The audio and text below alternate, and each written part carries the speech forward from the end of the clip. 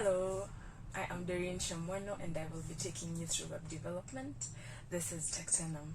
So, we basically focus on the whole consumer product, and while making a consumer product, there are several sectors, one of them being you may need a website or a web application for your consumer product. And we're going to be learning how to make a website starting from HTML, CSS, JavaScript. That's the basics of front-end web development. There are two sectors when it comes to web development. There is the front end, that's the beauty, what people see, and then there is the back end, that is the code that runs behind.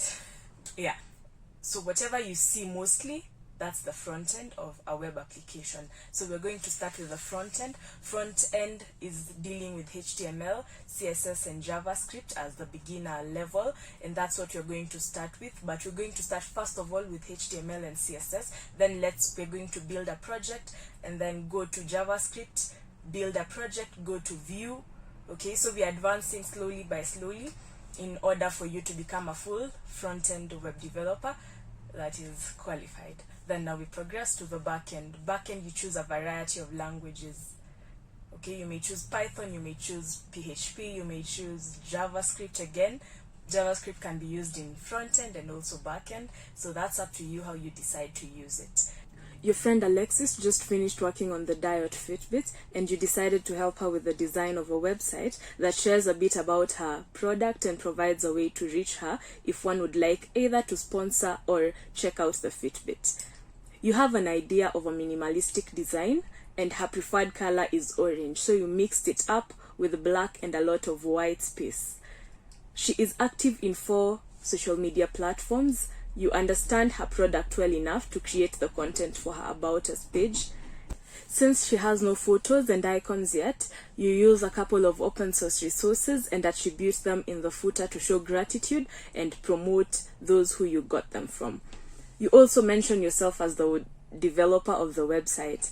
To ensure that no sponsors and potential customers miss her, you add a contact us page where they can send her their details and a message. Also, since dark mode is everywhere, you decide to add it too.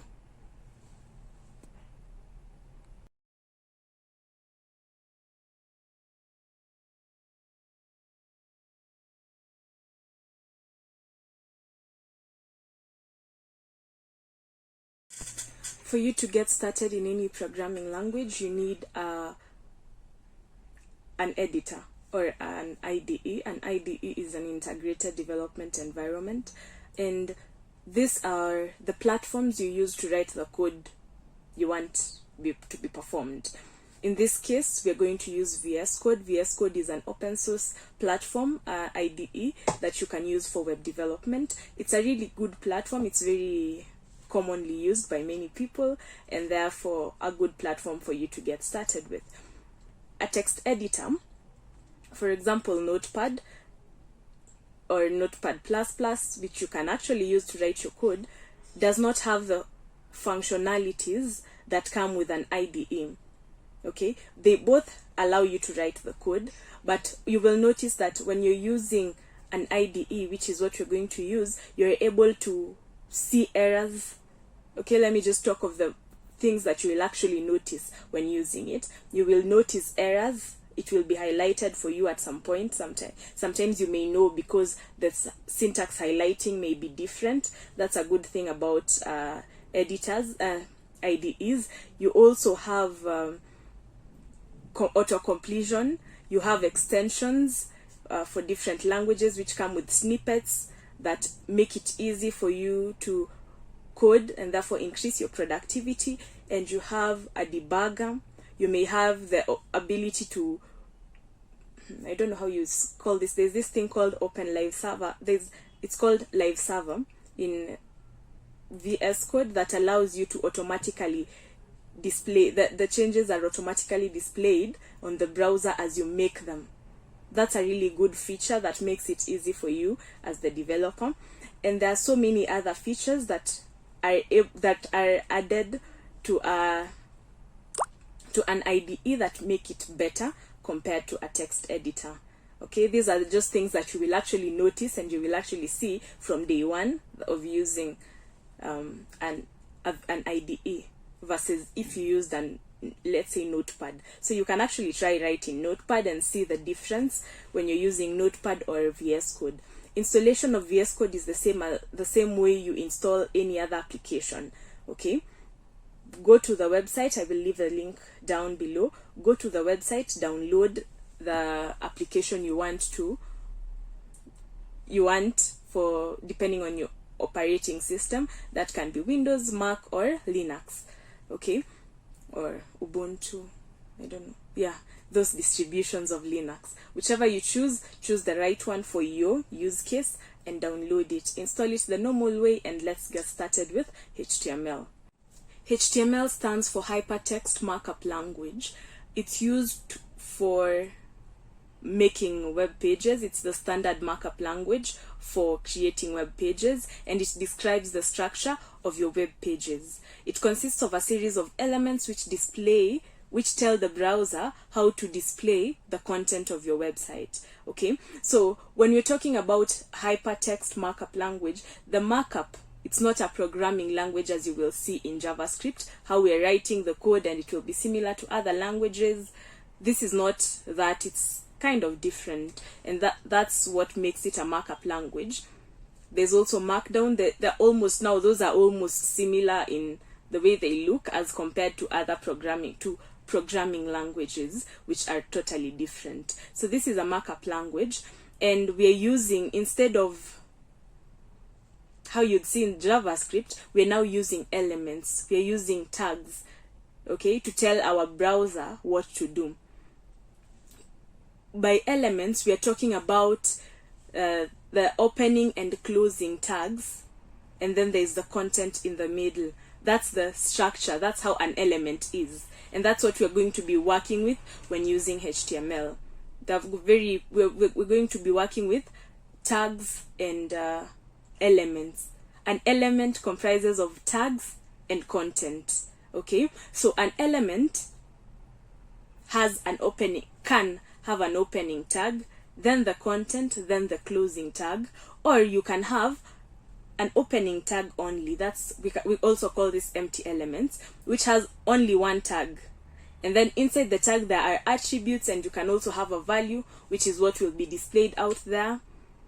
Okay, for example, if it's an image, then you will have source, and that's the file path to the image, and that the image is what will be displayed out there on your website. Yeah, so that's an element. Okay, an attribute is now inside the tag, opening tag. Inside the opening tag, you have attributes. Actually all HTML elements can have tags, can have attributes, sorry. Okay, and an attribute, we are talking about source in an image. We are talking about alt in an image. We are talking about style in every element. Any element can have the source, the style attribute. We are talking about width, height. Okay, these are things that enhance. It's like they enhance the function, what is displayed on they modify what is displayed on your browser. Okay, so let's say if it's an image, you must have a source attribute, because the source attribute is what tells the browser what will be displayed. For the width and height, it's how it will be. Okay, it determines the width and the height of that element. For the style, it determines, is it red? The color, it determines the background color, it determines the fonts, if you decide to use the style attribute. But for the style, we will leave that. When we're talking about CSS, we'll talk about it, because the style attribute is part of CSS. That's called the style attribute. When you use the style attribute, you're using inline CSS. Okay, CSS can be into 3 parts. Okay, we've not mentioned, but CSS is used to style the website. It makes it look good. Okay, and the style attribute accomplishes that inline. Okay, it will do that for only that specific element you've placed the style attribute in. So we're going to look at those, and Yeah, so there's the HTML element, which we've said the element comprises of a tag. It can be an opening tag, then the content, then the closing tag, or it can be the empty elements which have no closing tag. You just have the opening tag and attributes like an image. Yeah, so these are some of the things we've talked about. And you can also have an empty tag like the horizontal line that's just HR. Okay, you open HR, place your slash okay, forward slash or backslash, I'm never sure. Yeah, place that, okay, and then close it. That's also an empty element. Also, another thing you will notice is that elements can be nested in HTML. By nesting, we mean an element can have another element in it. So we've talked about content, right? So you can have an element, an opening tag. Inside the opening tag, you have, instead of content or with content, you have another element. Okay? So that's nesting. And that's possible in HTML. You can nest tags. You can nest elements, that is. That's it for elements, tags, and attributes. Now let's look at some common elements. Where do you get these elements? Because you cannot really learn about all the elements. There's so many elements in HTML. So you cannot learn them all at once, and it's actually not recommended. There's no need. This is not an examination. You just go to the websites that have a reference of them and just use those websites instead of you having to cram them all. You don't have to. You will just master a few after a while because you will be using them so often, because there are so many that are so common, like the anchor tag, that's for links. There is the table, there is paragraph headings, small formatting. There are so many common ones that eventually, after using for quite a while, you get to understand them, and you get to, it's like you now just know them because you've been using them for so long. But you don't have to cram anything. We're going to look at these two websites that you can always use as a reference, because we are also not going to cover them all because it does not make any sense. As long as you know the formats, you know it all. Yeah, so once you know the format, you can easily apply it to all the attributes, to all the elements and the attributes in them. Yeah, so let's look at these websites. We have the first one that's called, we have MDN, and I will just write MDN. Yeah,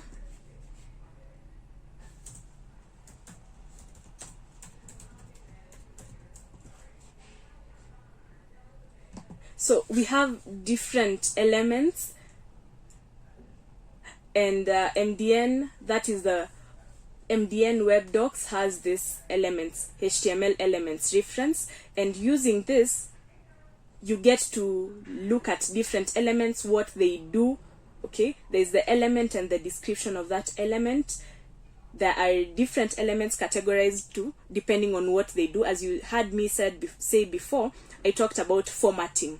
Yeah, that's one thing. You can have bold, strong, italicized, small. All those are types of formattings. Yeah, so in this one we have the main root, the HTML element. HTML element is where everything in HTML is written in. Yeah, so that's the main, that you must use in all your HTML documents. Then we have document metadata. Metadata tells us more about your website. It can tell us the styles, it can talk about the scripts and data that is helpful to search engines, browsers, and also it can render the page, use and render the page. Yeah, so this is the data that is needed for your website. It can also talk about who is the author of this website, what does this page talk about, okay, such things. Those are metadata. What is the character encoding style that you've used? We talked about HTML, CSS, and JavaScript. Links to external CSS, links to external JavaScript files. All those are mentioned in the head, but you can also mention the JavaScript files in the body at the bottom. We'll talk about that later also. So these are different things. Then we have sectioning, we have the body, we have the head, then we have the body. Okay, the body talks about it has everything that is displayed on your website. Okay, everything that is seen is written in the body. And then we have content sectioning. This we will also talk about. And while we're building our website, I really hope I used some of these things and incorporated them.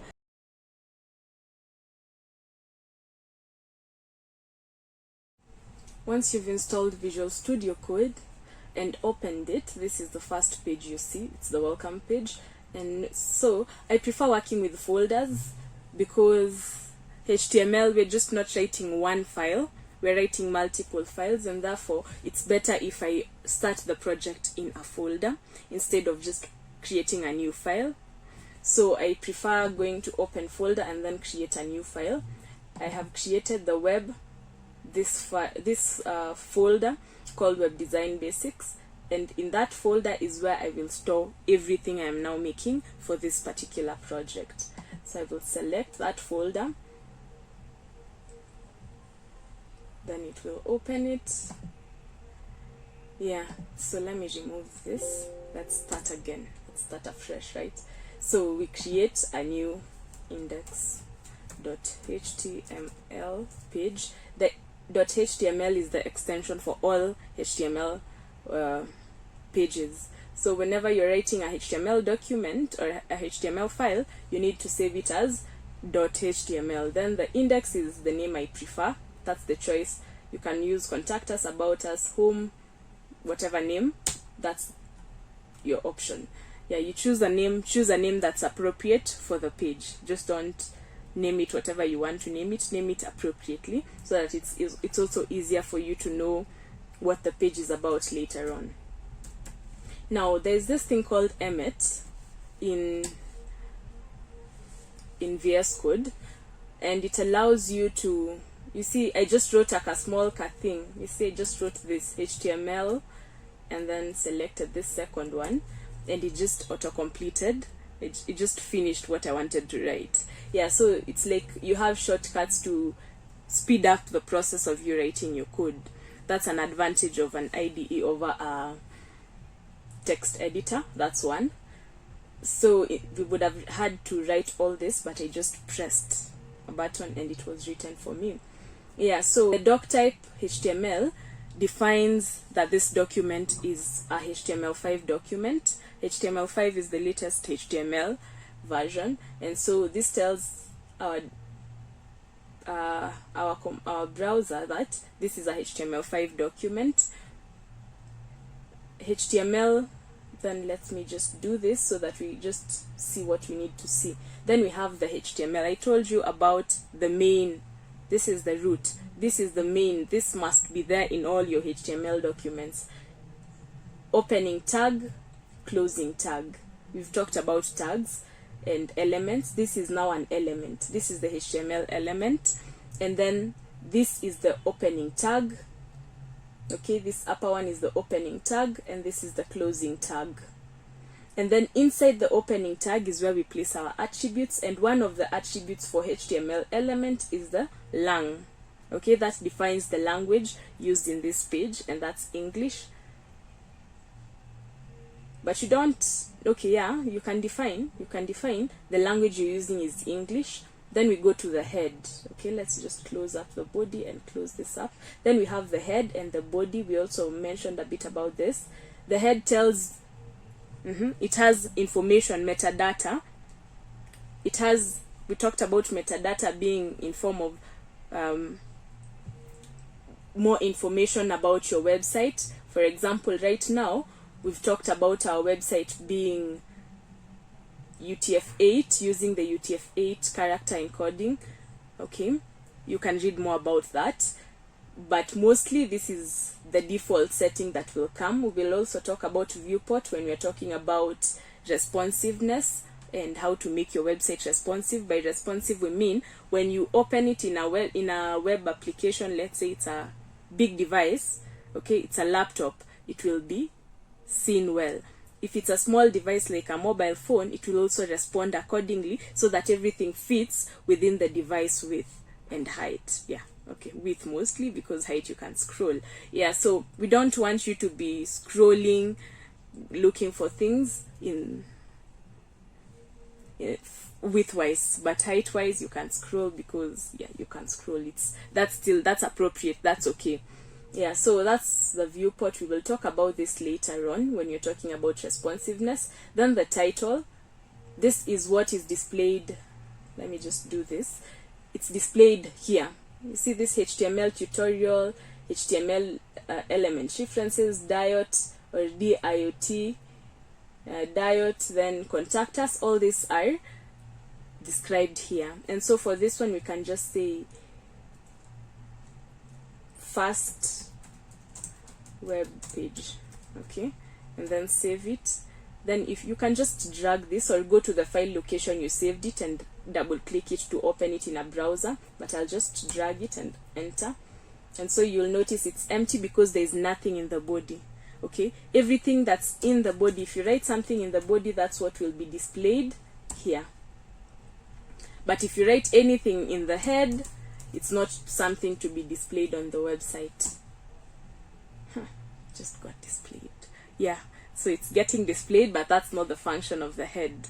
Okay, so the head is where you're writing your metadata, you're writing the title, you're placing your external links, that is the CSS and JavaScript. That's what you do. That's what you place in the head. Everything that you want to be displayed, place it in the body. Okay, yeah, so let's save this again, reload. I also mentioned something about this thing called live server. I don't know if it will work. Yeah, it's working, and I like it because it will automatically refresh the page whenever I save. It will automatically refresh, and so it will make it easier for me. It's downloaded, it's an extension. Yeah, so that I will just skip for now, but that's what I will be using, so that I don't have to refresh the page every time I want the data to be refreshed. Yeah, so we've talked about the title, and the title is what we are seeing here. So let's say if I change this to the number 1, you will notice it's one web page. Yeah, so I will just take it back to first, and we save it at that. Yeah, so we talked about elements and tags and how those are the things that build your web page. In HTML, that's the structure. That's what we're using for the structure. And so you will notice, let's now get started on talking about these different elements that we saw in this reference. We've talked about the HTML, and now let's look at others. We've talked about the meta. Okay, that's the metadata. We've talked about links, headings. Okay, and you're seeing the meta tag is used to represent metadata that cannot be represented by other meta related elements like the base, link, script, style, or title. You can also name you yourself as the author using the meta tag. Okay, this is the meta tag or meta element. You can use it to describe the website using the meta tags, okay, or the meta elements. And so all these things you can learn about, you can experiment with, as long as you already know where to get the information. Okay, so you can come here and look at what is the meta about. What do we have in the meta tag? You have the charset, okay, that's the character encoding. You have the content, HTTP equivalent, that's the defines the pragma directive. All these things you can always look at and learn. Yeah, so I will go back to this because we're not using it really. We've talked about the body, and now let's start writing content in the body. Okay, in the body we're writing things that we want to be seen by the users, by people who interact with our website. And so let's have a title. We're going to have a heading, a paragraph, a table with an image, name, and the list, such things, so that we interact with commonly used HTML elements. Yeah, so we start with the heading. The headings range from H1 to H6. H1 is the largest, H6 is the smallest. This is the largest. okay, and copy paste, and this is the smallest. So I will just change this to be H6. Okay, and remember mine is using Emmet, so H6 changes this part and also changes this other part. So you may have to write it by yourself, depending on, yeah, you will have to write it by yourself. Yeah, so you're using HTML, you write HTML, I mean H1, then the content, we talked about this, then H6, and then the content, and then save it. And now we have largest and smallest. So without using CSS, without formatting it in any way, that's the largest you have, and that's the smallest. So using the largest one, we're going to say heading 1, and then we just comment. Okay, there's this thing called comments. Comments are things that either if you're not using a section of a code, you can comment it out, but you may use it later on. So you comment it out so that you see how things work without it, then and comment it later on. You can also use it to describe things to other programmers or your future self. So you may say things that are not direct, they're not obvious. For example, here if I say this is H1, this is direct, and therefore I'm using a comment. Okay, and HTML comments are written with, this is the opening, then the comment inside here, and then close it. Okay, so this is a comment, and comments are used as reference. They're used to describe things that are not obvious. Okay, things that may be difficult for you to know what happened, what exactly did I do here. They're used for documentation. Okay, such things. And you can also use it to comment out a section of your code to see how things are working, and then comment it later on. So for this instance, I will just remove this because this is unnecessary. Save it, and you see you will not see this H6 because comments are not displayed in the browser. Okay, comments are for people writing, people looking at the code, not the users experiencing or users using your website. Yeah, so we have a heading. Then we have a paragraph. Okay, a paragraph, we use the P tag, and then we have this P close. Okay, then there's the closing tag. There's the closing tag for the P element. And then for me not to write a lot, there's this thing called lorem ipsum. It's a dummy data generator. So that's what I'll be using to generate dummy data. Let me generate dummy data of about, let's say 60. I think that's not too much and not too little. Alt Z allows me to wrap all the content that's exceeding the page to be on the same page in the HTML document. Okay, in the code editor, and not here, just here. So in Alt Z, it toggles between showing me all the data and wrapping it. Wrap and unwrap. Yeah. So now we see everything that's being displayed, and we save it, and then that's that. So we have the heading, then we have a paragraph. And you notice they are styled differently. They look different because they serve different purposes. Yeah. So we have a paragraph, and then that's the paragraph element. This is the heading element, and then we have a table. Okay, we can talk about images. Let's first talk about images before we even go any further. So we have images, and I want to mention images because there's something we also look at when working with images called the path. Okay, images always have these two attributes first. You must have these two attributes for any image. The source describes where the image is located, and the alt describes what to display if the image is not visible. So we can say this is an image. This should be descriptive. It should explain about the image, what the image is about. It should not just be some random words. It should explain something related to the image. That's the alt attribute. Always read more about them and know why you're using such attributes, or whatever attribute you're using, learn why you're using it. Yeah, so you see we have, this is an image. Because there's no image being seen, then the alt is what is being displayed. Alt stands for alternate, I'm assuming, because that's exactly what it does.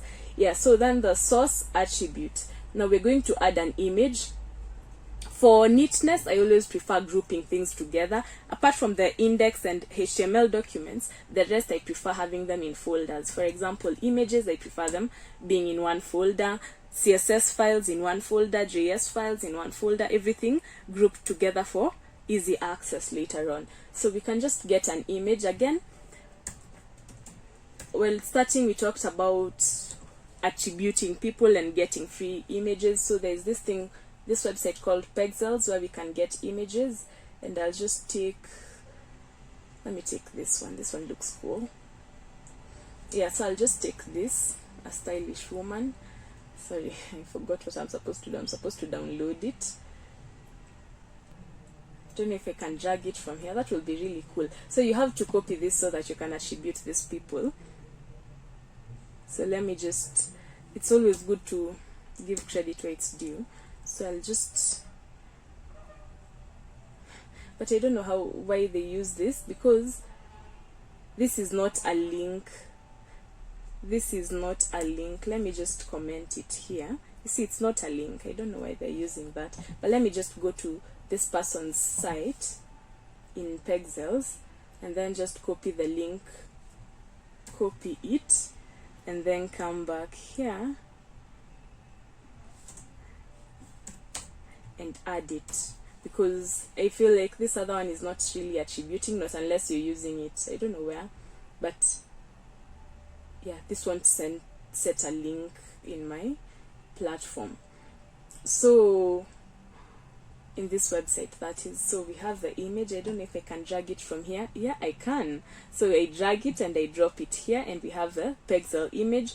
I prefer naming it to a name that is easy for us to use later on. This is not a really friendly name, so we can say this is image 1, and then let me close it and come back here. Images, image 1, save it. So it's so huge. Okay, that's why we need the width and the height attributes, or you can use, so we can have the width and height attributes. Oh, and I've not talked about the path yet. Let me just finish this and talk about the path. 20 pixels, that's a very small one. Let's talk about 200. Yeah, so that's not bad. So when you're talking about images or any links, okay, we are talking about paths. We want this to take us somewhere else, or this to display something that's somewhere else, such things. Now we have the image. The image is inside the folder called images, and it's the folder called images is in the same folder with the index page, the page we are in. So we need to go to this page, to this folder, then take the image. Okay, so now to go into a folder, let me now remove all this. To go into a folder, you use the slash, then select the folder, then select the image. Assuming that this was in another folder, let's just try this. Let's just do this. Let me just name this folder A, drag this there. Okay, then we move it. Assuming that we had this, okay, so we've had an error here because again the linking here is also wrong. So let's just go into that folder and then to the image. Okay, now assuming we wanted to access this image from this file inside this folder, then we have to first leave, get out of the folder you're in, then get into the folder you want to go to. Okay, so 2 dots represent getting out of a folder. If you're getting out of 2 folders, 2 dots slash, 2 dots again slash, then now get into another folder or select what you're selecting directly. Okay, so these are the different things we have to look at when we're talking about paths, file paths. So let's just get this back out because I don't prefer this being in a folder. Remove this folder, come back here, and let's go back there. Yeah, so we're getting into the images folder, and then inside the images folder we want to get the image 1 dot remember the .jpg, because that's the extension. If you save it in any other extension, it won't work. Yeah, so we have our image. We've learned how to go into file paths, select an image, or select any. It's the same for any other document. As long as it's in a folder, in another folder, such things, you just use the same method. Assuming they were in the same place, let's move this image out. Assuming they were that way, then that means we are not getting into any folder, we are not getting anywhere. Okay, we just want to select the image, right? So you can do that and just write image, the image you want to select, and save it. But since we prefer these things being well organized, let's place it in the folder, and let's now navigate into the folder and save. Another easy way that tells you where you're headed is using the dot. So you use the dot when you're going in. You use the dot, then the slash, then it tells you where do you want to go. We want to go to the images folder and select the image. Okay, so you're just pressing enter and save it. Yeah, so that's a good also thing to note. And we're going to be using also, so when you notice I'm using dot something, just know that's why. It's easier. It makes the work easier for me. Yeah, so next we talk about links.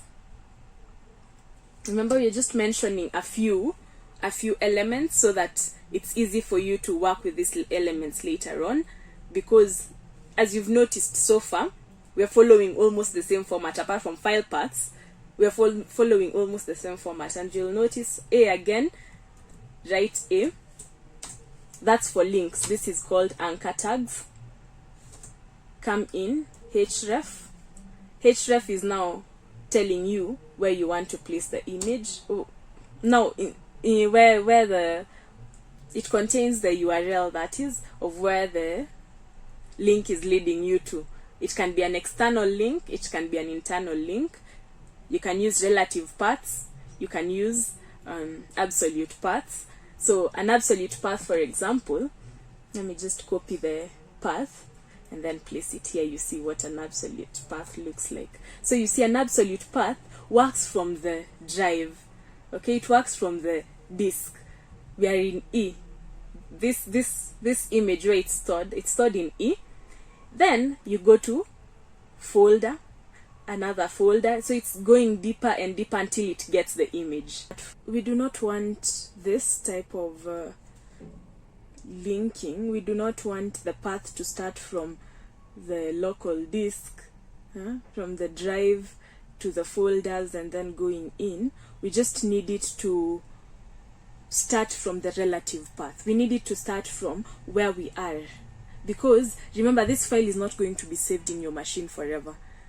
You need to be able to host it somewhere else, and so defining an absolute path is not appropriate for it to be sent over the internet to be displayed to other people if you are hosting on a platform that is not your own. If you're not hosting on your machine, this will be irrelevant and this will make it hard. You will have to start changing them when you upload it. But when you do it from a relative path, it only gets it from here, going in, going out, but it's in this folder we are in.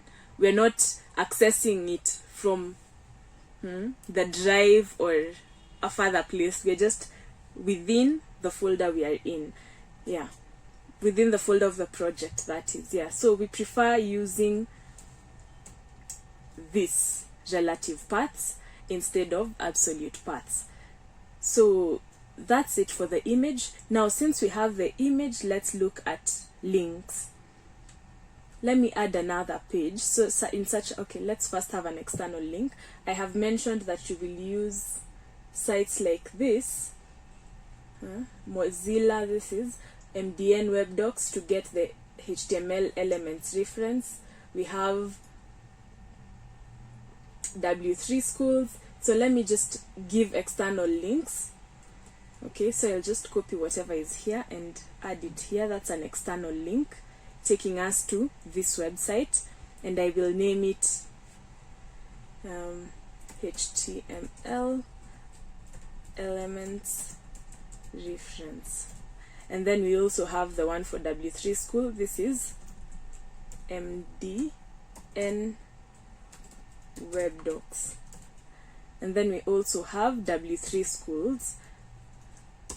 Okay, let's go to W3, control copy, then paste it on the href. Href means it's a link.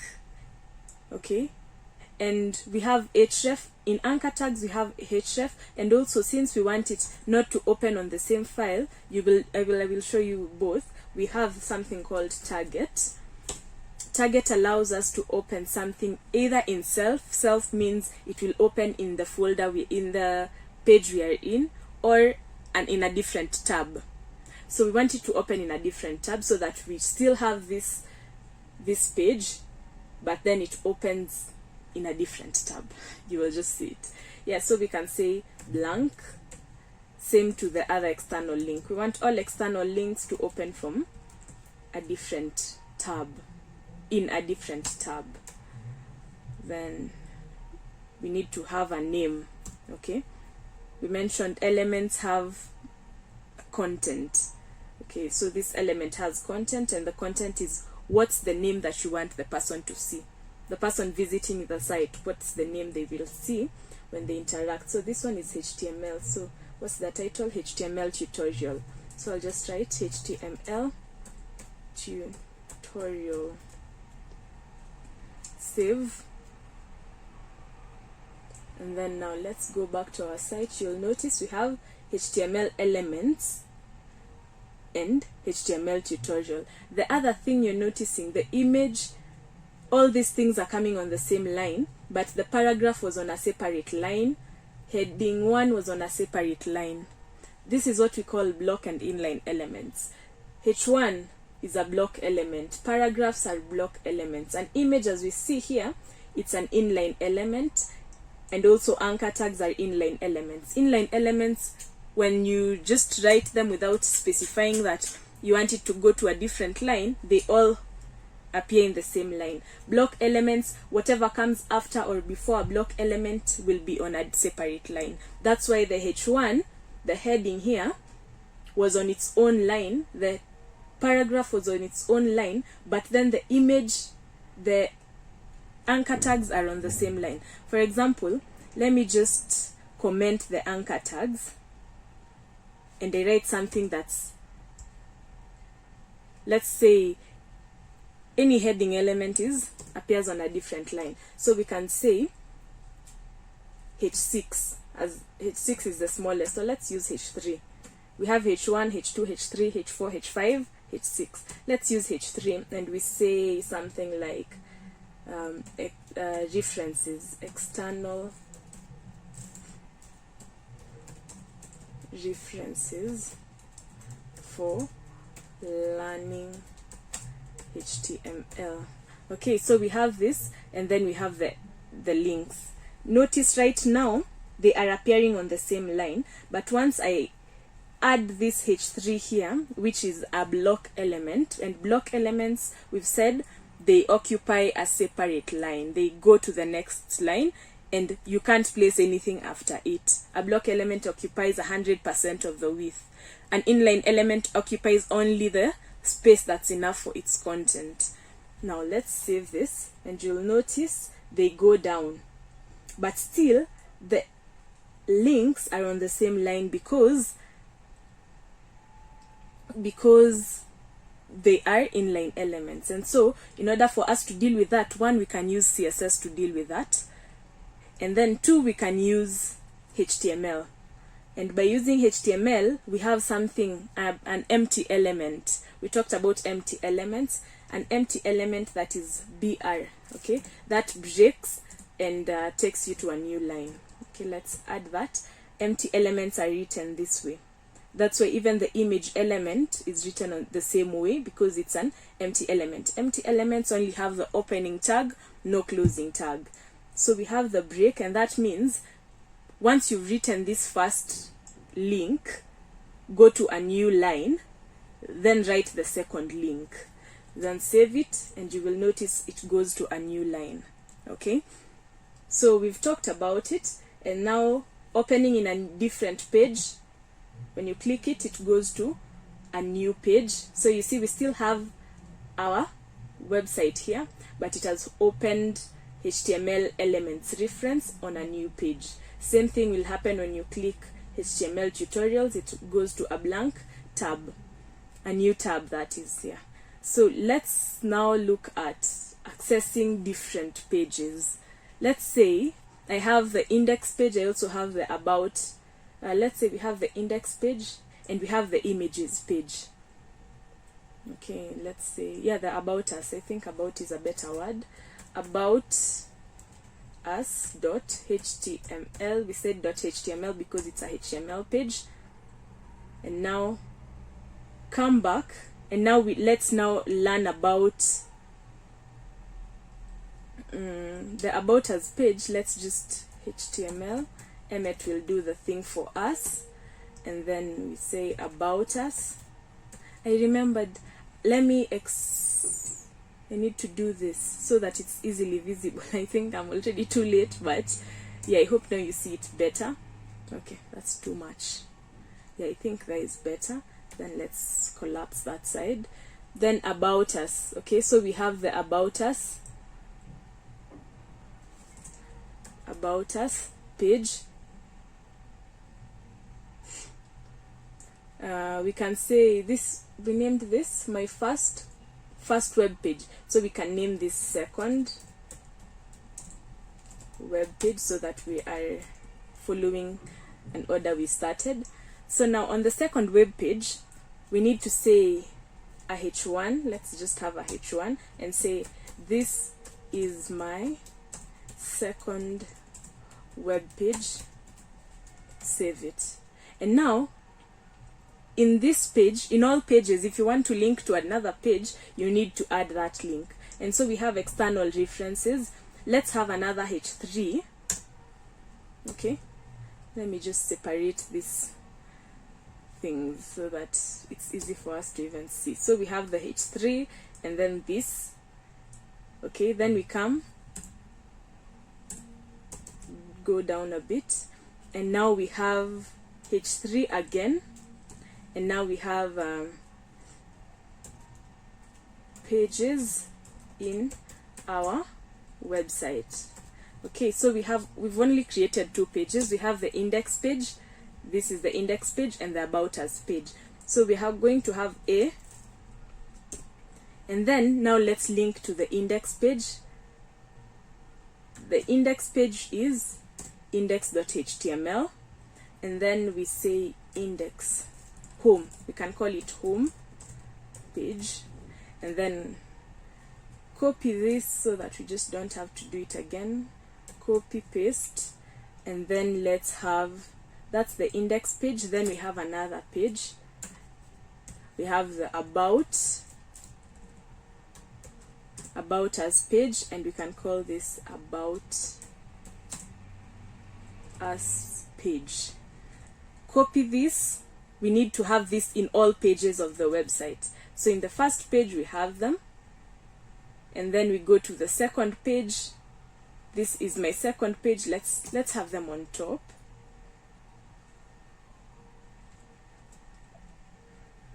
Then do that, save. Let me remove this from the bottom and take it to the top, because I prefer having links to pages at the top.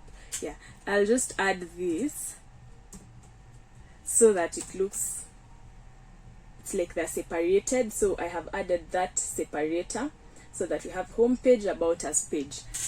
Okay, now you have noticed we need to group things together.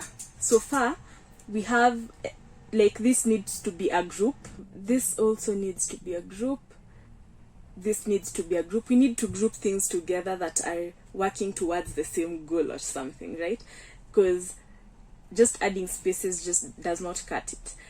And we need to group them in such a way that when we want to edit them in CSS and maybe make them appear in a certain way, they can easily be, it can easily be done to the whole block. Yeah, so there's something called div and span. We've talked about inline and block elements. Div makes blocks, span makes inline. So let's say we have, let's go to the About Us page, because it's the empty page. We've not even checked this. So this is my second web page. Now in the About Us page, let's talk about div. So we have div, and let's say this is div 1. Let's have 3 divs. Copy, paste it, and then this is div 2, and this is div 3, and we talk about span. Okay, so we have this is span 1, and we have also again span 2 and 3. This is span 2 and this is span 3. Now you see, a div is used to group things, but then it groups them blockwise.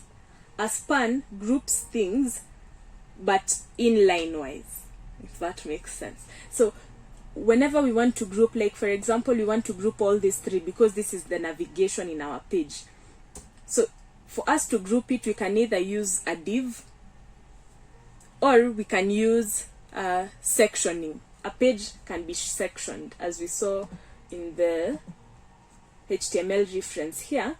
You can section a page, and you can section the content using this particular things. There's address, article, aside, footer, header, such things. So there is the nav. Nav is used for navigation.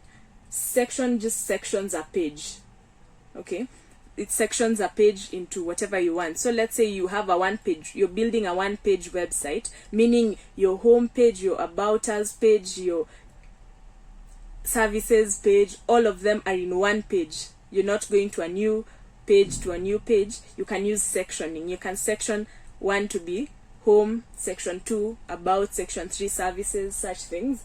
The main contains the main thing in the page. When we're talking about the main thing in the page, or your main content in your page, that refers to something that you want the search engine to know as this is what we are dealing with in this page. The aside is the extras. Okay, header, footer is what appears on every page at the bottom. Okay, on every page at the bottom you have the footer. On every page at the top or at the side, depending on your design, you may have the nav, but footer is at the bottom.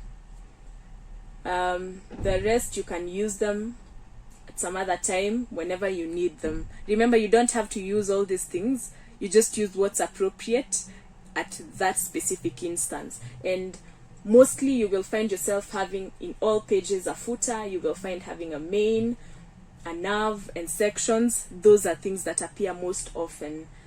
Yeah. So in this page, for the nav, we can use the div, but since we have something that's more appropriate, that actually it's semantically wise or semantically better to use, we're going to use nav. Okay, nav again is a block element. Nav will group everything here together. Now this can be edited as one block.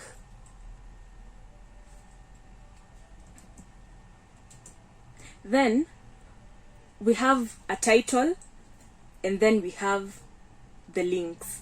So we can group this second part because there are multiple things with a div.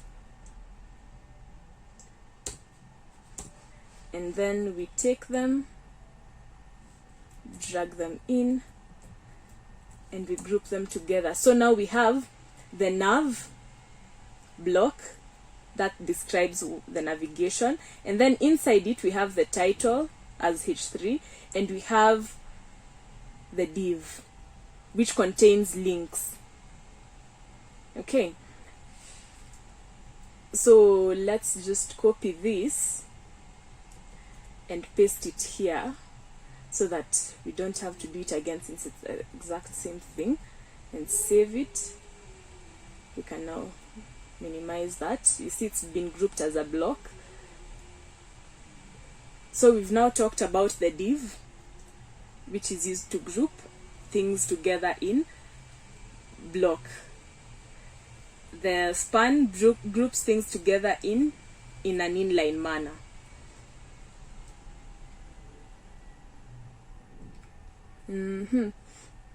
Span is mostly used, for example, we need to emphasize this word pages in this H3, then we can say this pages part, we enclose it within the span. We enclose it within a span and then take pages in. You will see its benefit in CSS. Okay, so when you do that, then in CSS, you will just edit and you can say span, this span, let it be red, then the rest will be black. So that's the advantage of span. You just take a small portion. That's the advantage of the inline style, inline grouping, inline, yeah, it being inline, that is. So that's that. Then we talk about, since we've grouped things together, let's say we have 3 spans, we don't want them to look alike, or we want them to look alike. We have 3 spans, or let me use, yeah, we have 3 spans, we want them to look alike, or we have them and we don't want them to look alike. That is where we introduce the thing about classes and IDs. A class allows you, and a class and an ID both are attributes. A class allows you to name things a certain way, and if you name them the same, they will be formatted the same way. In JavaScript, they will be accessed together as an array. We will talk about that later. And so we have a class. For example, if I add here, we've mentioned you edit this, you can edit this in CSS. So I can add a class of title. Title bold. If I add a class of title bold, that means that when I access this in CSS, I will be able to style everything with the name title bold the same way. So I can have multiple spans with, or multiple things, not even necessarily a span. I can have multiple things with the title, with the class bold, and edit them in CSS the same way. So for example, let's say we also want this to be class bold. Now whenever I write a CSS file, which we will see shortly, they will be edited the same way. The ID is for things you want to be specifically identified. If I want only this part in this page to be specifically identified a certain way, I use IDs. You can use IDs to refer to something that you will want to use in JavaScript to access it directly as one object. You can also use it in a link. We talked about earlier, I have mentioned about a one-page website. A one-page website is whereby you have the home, about, services, contact us, everything is in one page. In such a case, you want to be able to use the navigation bar to go to the different sections. And for that, you can use IDs, because an ID identifies something individually in a page. And since HTML, CSS, we go down from up to down, if I have 2 things with the same ID, the first one is what will get whatever is to be implemented done to it. The rest will be ignored. Okay, so for example, I have different sections of a page. Okay, let me now make this have more content. Okay, let's move the span to the top. We've seen what the span is, and the div, let's make them bigger. So lorem, let's say 500, and see how much content there is there. Okay, Control Z, let me take it down. Then I remove this 2, then Control copy. Okay, lorem 500. Okay, so it's a lot. actually has a lot going on. Then let's have a title H2, and we say 1. Okay, and then I uniquely identify it with an attribute on the div of 1. Then copy it, paste it, uniquely identify this as 2. Okay, this is just a title, so it's not the unique identifier, but the ID is the unique identifier, so that's 2. This is just to tell us we are at that second one. And then let's have our third one, or let's just have the 2. And on the at the top here, we can have anchor tags pointing to them. When referring to an ID, you use hash, then the ID. Okay, that's the target, and we can say this is 1. Copy paste. ID is 2. We are referring to the second one, and we want this link to go there. Save it. So we have 1 and 2. But then when I come here, I click 1, we are at 1. Okay, and you notice also on top here we are at about us.html #1, meaning this one. Okay, here. Then when we click at 2, it takes us to 2. So you're going to different sections of the page using the IDs of the particular sections of that page. And also here we could just use section and this section, and it will still work the same way. I think the difference between div and section is that div is more generic, or div is generic, it's just a general term to refer to now all the block elements that you are, all the blocks in your code. Yeah. So now we have the first, the second, and now let's look at tables. We've talked about divs and spans. We've talked about classes. Classes, we're going to utilize them more. We will look at them further when we are at dealing with CSS. Then we've talked about images. We've talked about external links, internal links. These are internal, these are external links. We've talked about file paths, and now let's look at tables. On the first page, let's go to the index page, and now we look at tables.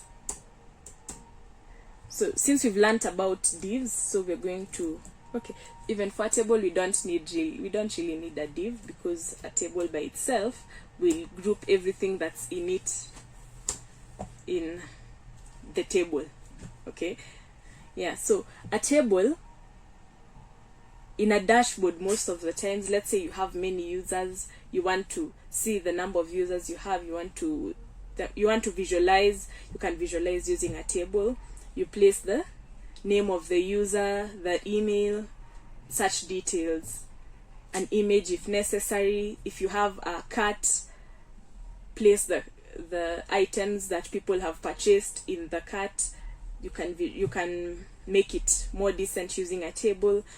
For if you have multiple, if you're streaming in data from patients, for example, you can arrange it using a table. Yeah, so its functions are endless. A table has a title, it has a header, and it has the rows and columns, just the normal way we use in real life situations. Yeah, so we have the table. Let me just confirm how this is written. Referring again is a good thing. So we can use W3 schools, and let's look at, you see this is a good table, it looks good. We have table row, yeah, so we have a row, then the headers, okay, then we have a row, then the data, okay, Yeah, so that's just the thing I needed to clarify. So we have a row. A row goes from one end to another. A column goes up to down, left to right, top to bottom. So a row, in our case, we have our first row as the titles, the name, like we have names of people, but then there's the title name. We have items, but then there's the title item. We have actions, and then there's the title action. So we need those. So we're going to have a table, and it's going to be 4 rows, four columns. Yeah, 4 columns. So the first column will be the image. Copy, then let's just paste it. Then the second column will be the name. Third column will be the items. The items will be a list, and the fourth column will be actions. Save it. So that's our table. There's this thing called the horizontal line, HR. I'll use that to be a separator here. That's an empty tag. So we've separated, if you'll notice this gray line, that's the HR. Then the actions, okay, we'll just get to that. We have our first row now of the items in the table, and in this one we'll have table data. These ones are the headers, these ones are the table data. You'll notice even by the color, these ones are bold, and these other ones will be regular. Yeah, so the title, the first one is an image, so we have img, and we're just going to use the image we have, and we're going to use a width of 60. I hope that's not too big. Oh, we've not selected the image.jpg. A width of 60 isn't too big. I don't know what's happening to this machine. Yeah, a width of 60 is okay. Then we have the name.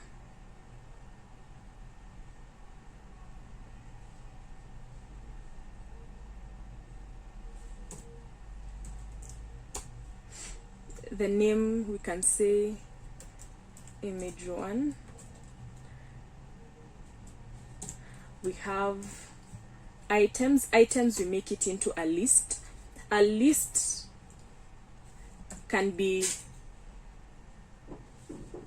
an ordered list, unordered as in it's not in order, ordered it's in order, and we have the description list. Again, you can always look at them all, interact with them, see how they work.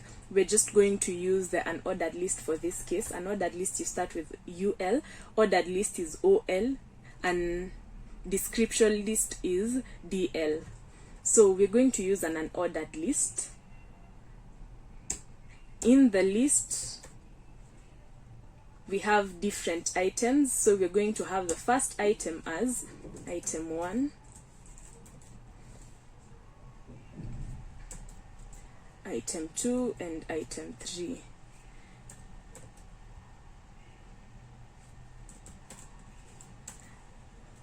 Okay, so we have the name and the list, and then we have actions. Actions, we're going to work with buttons. A button is something you press and an action happens. Okay, so we have buttons, and you can have two types of, like, we can have this can be an edit button, and we have, let's have 2 buttons, and we have the delete button. So these actions, if you want them to do something, that's where, for us to fill in a table, there's something I have not done here. They should be in TD. They should be part of data, table, it's a cell, so let's just move them in, save it. Yeah, and we can also say this one, let it span 2 columns. Don't know if you'll notice any difference, but anyway, some other time you would, but I think right now you're not. But a call span means it's like merging two. When you're working with Excel and you want 2 columns to be merged or 2 rows to be merged, that's call span and row span. Call span merges columns and row span merges rows. That will be what it will have done, but for now we can just save it, and now we have our table. We're going to work on borders and all those other factors, but that's basically a table. A table has rows and columns. Yeah, and then the buttons, which can be edited and make to look better on while using CSS. Using our website, the one that we're going to be making by the end of this tutorial, let me just show you what we mean by HTML, CSS, and JS. Okay, the JS part is very minimal here, but let's just open it up. Let me just open that file. Let's not apply these changes right now. I mentioned that links are added to the top of a page, so let me just go to the home page first. And we talked about HTML being about the structure, CSS being about the styling, and that last one, JS being about interactivity and such things. So I will mute the CSS and JS in this file, and let's observe the difference. Okay, muted. Let me reload it. So this is the page without HTML, without JS, without CSS. This is how the page looks like.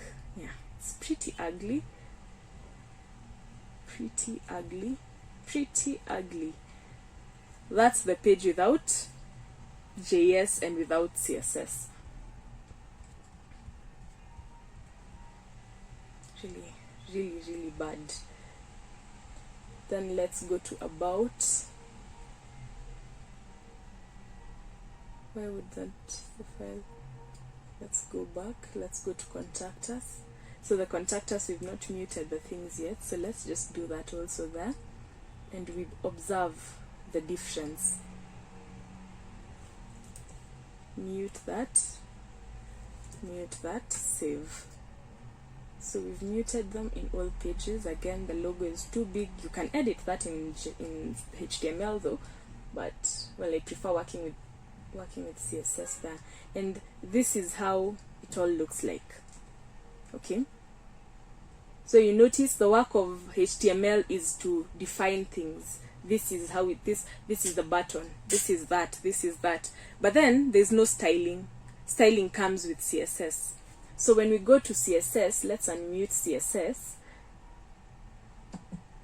Sorry, this is not the one. Let me just do this. Yeah, this is the one. Let's unmute CSS alone. Save. Go to this first page, unmute CSS. Save. And now let's reload. And now the CSS has done its thing. Everything is now looking good. But switch is not working because that's JavaScript functionality. Interactivity, that's JavaScript. This is also looking good, but now this is not being displayed because that's JavaScript. You see the images, these images were switching. This one goes there, comes down, the next one goes up, comes down. That was JavaScript at work. Then we also have, these ones are missing because it's JavaScript, but it's JavaScript by far because I just took them. I talked about getting at things from other people and then attributing. These ones I got them from Font Awesome, and so I was using JavaScript to get their data. I was using the JavaScript link, yeah. So that's why this is missing. And so you notice again switch not working because interactivity, that's JavaScript. Yeah, so that's without JavaScript, and now we can now take the site back to full functionality. Let's return the scripts, save,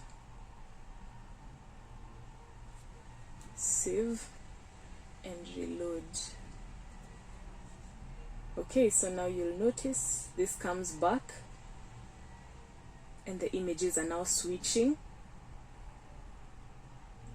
I forgot about this. This was also JavaScript. Okay, so when I get to this point, it's now moving up and down, but when I do this, it stops.